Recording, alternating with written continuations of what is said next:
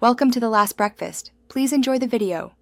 You begin by confirming prerequisites: Node, JS, and a package manager. Once done, install Lightning Design System 2 via npm or yarn so you have the curated components and tokens locally. Next, wire the CSS.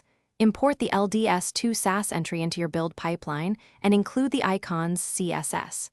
Make sure to configure SAS variables early so you can override tokens. This gets you to a runnable baseline where components render with correct spacing, color, and brand tokens. Now integrate components into your app.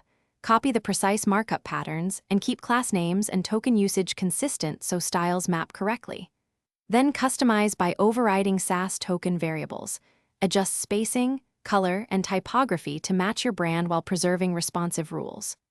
Once tokens are set, implement JS behavior for interactive components and ensure accessibility.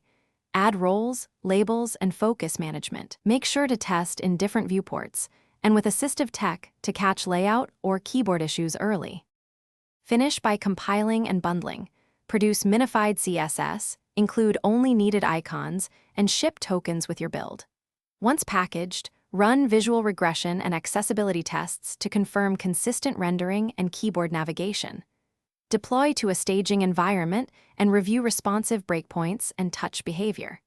If things go wrong, check for conflicting global styles or specificity problems. Scope LDS2 imports or increase selector specificity where necessary.